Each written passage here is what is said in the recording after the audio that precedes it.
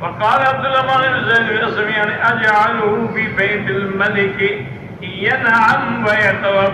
اللہ نے فرمایا موسیٰ میں نے تمہیں بچپن میں دودھ پیتے وقت بادشاہ کے محل میں رکھا تھا کہ تو شان سے رہے، تیری شان جو ہے تو شاہی محل کے اندر تربیت پائے. اور اس کی غذا بھی پھر وہی شاہی انداز سے اس کو غذا دی جاتی. وقوله استمشي اختك وتقول هل ادلكم على من يأكله فرجعناك الى امك كي تقر عينها.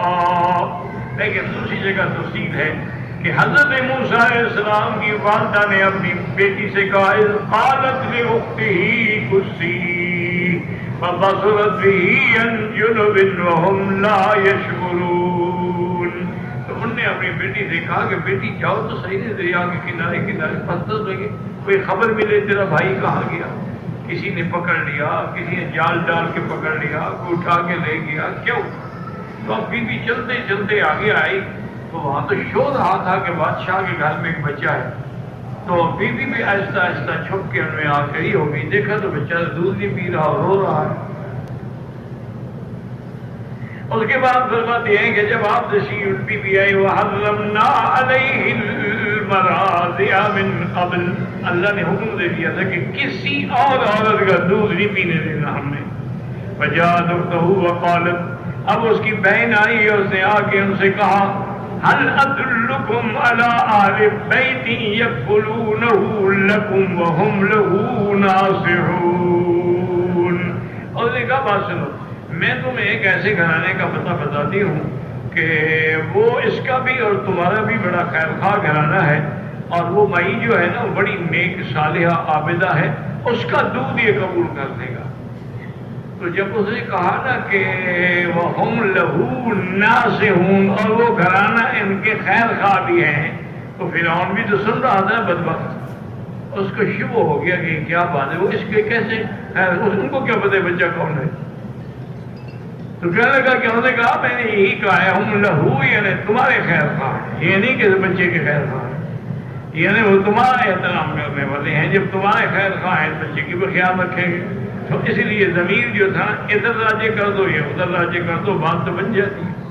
اسی طرح جیسے کہ ایک عالم سے کسی نے مسئلہ پوچھا، وہ شیعہ سنی کا مشترک اجلاس تھا سیاسی سطح پر، تو کسی نے شرارت کی، انہوں نے پوچھا حضرت یہ بتائیں کہ حضرت ابو بکر افضل ہیں یا حضرت علی افضل ہیں. اس کا مقصد کیا تھا شرارت، کہ اگر حضرت کہتے ہیں ابو بکر افضل ہیں تو شیعہ کھڑے ہو جائیں گے، ناراض ہو جائیں گے، اور فرماتے ہیں کہ علی افضل ہے تو سنی ناراض ہو جائیں گے، بھی اپنا عقیدہ بھی بدل دیا. تو حضرت نے جب سوال پڑھا تھا الذی بنتہ فی بیتہ، وہ افضل ہے جس کی بیٹی اس کے گھر میں ہے. اب دونوں معنی ہو سکتے، بنتہ فی بیتہ، بنت ابو بکر کی حضور کے گھر میں ہے، یا بنتہ فی بیتہ، حضور کی بیٹی علی کے گھر میں ہے. اب دونوں خاموش رہ گئے، کوئی جھگڑا نہ کر سکے، تو فتنہ جو تھا وہ ختم ہو گیا. اس لیے بی بی نے بھی کہا میرا مقصد یہ تھا کہ تمہارے خیر خواہ ہیں.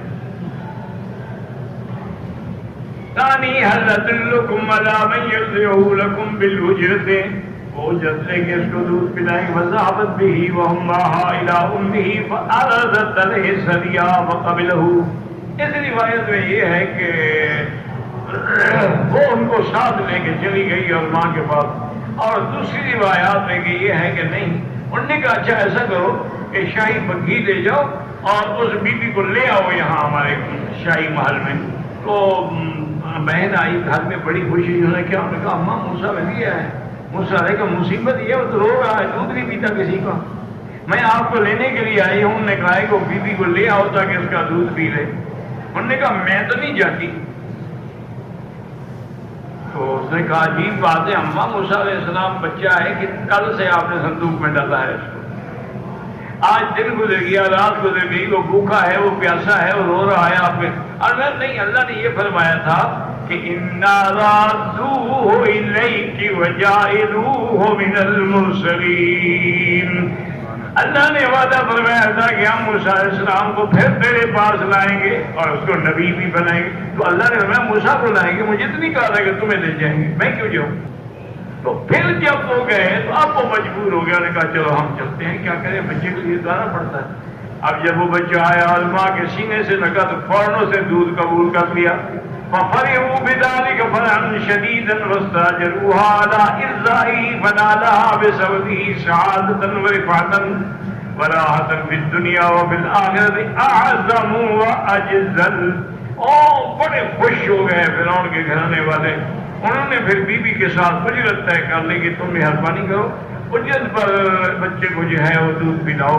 تو اس سبب سے اب اس گھر کو جن کو قتل کا خطرہ تھا آج وہ سب سے اونچی شان والے بن گئے, اور آخرت میں بھی ان کو اللہ تبارک و تعالیٰ اس سے بھی زیادہ عزت عطا فرمائیں گے.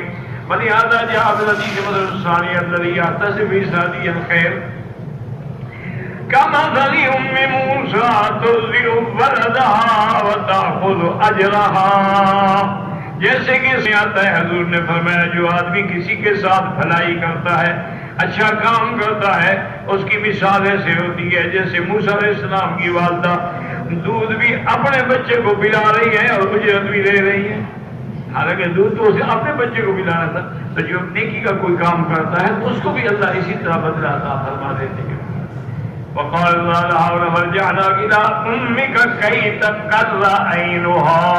ہم نے تمہیں تمہاری والدہ کی طرف لوٹایا تاکہ وہ اپنی آنکھیں تجھے دیکھ کے ٹھنڈی کر سکے اور تجھ پہ غم نہ کرے. اور اس کے بعد دوسرا احسان اللہ نے جتایا کہ جب تم جوان ہو گئے تو تم نے فرعون کی قوم کے ایک بندے کو بھی قتل کر دیا, پھر ہم نے تمہیں بچایا. وقتلت نفسا يعني الكبتي. حالانکہ آپ کا ارادہ قتل کا نہیں تھا, آپ نے تو تھپڑ مارا تھا, تھپڑ سے تو کوئی قتل نہیں ہوتا. فَفَقَدَهُ مُوسَىٰ, تھپڑ مارا, فَقَدَ عَلَيْهِ, وہ مر گیا بدبخت. قَالَ هَٰذَا مِنْ عَمَلِ الشَّيْطَانِ. حضرت موسیٰ نے فرمایا یہ غصہ جو ہے شیطان کا عمل ہے, اس نے مجھے غصہ دلا دیا اور میں نے تھپڑ مار دیا.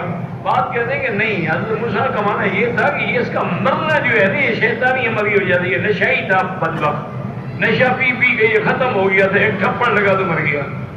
هذا من عمل الشیطان. لیکن پہلا قول راج ہے کیونکہ بعد میں موسیٰ علیہ السلام نے اللہ سے معافی بھی محبت پھر لی, اللہ میری بخشش فرما دے. تو اگر اس کو وہ غلطی نہ سمجھتے تو بخشش مانگنے کا کوئی سوال ہی پیدا نہیں ہوتا. فَوَقَتَلْتَ نَفْسًا فَنَجَّيْنَاكَ مِنَ الْغَمِّ وَهُوَ مَا حَصَلَ لَهُ بِسَبَبِ عَدْمِ آلِ فِرْعَوْنَ عَلَىٰ قَتْلِهِ. آل فرعون نے موسیٰ علیہ السلام کے قتل کا فیصلہ کر دیا لیکن اللہ نے بچا دیا. فَفَرَّ مِنْهُمْ هَارِبًا, آپ وہاں سے چلے اور حتیٰ وَرَدَ مَاءَ مَدْیَنَ, آپ مدین میں پہنچے اس کنویں پہ جس کا اللہ نے قرآن پاک میں ذکر فرمایا ہے. وَقَالَ لَهُ ذَلِكَ الرَّجُلُ الصَّالِحُ. اور حضرت شعیب کے پاس جب پہنچے تو نے کہا موسیٰ غم نہ کر, لا تخف نجوت من القوم الظالمین. اللہ نے تجھے نجات دی ہے, اب تم فرعون کے ملک میں نہیں ہو, اب تم اطمینان کرو, انشاءاللہ زندگی باقی تو بات باقی. واللہ اعلم.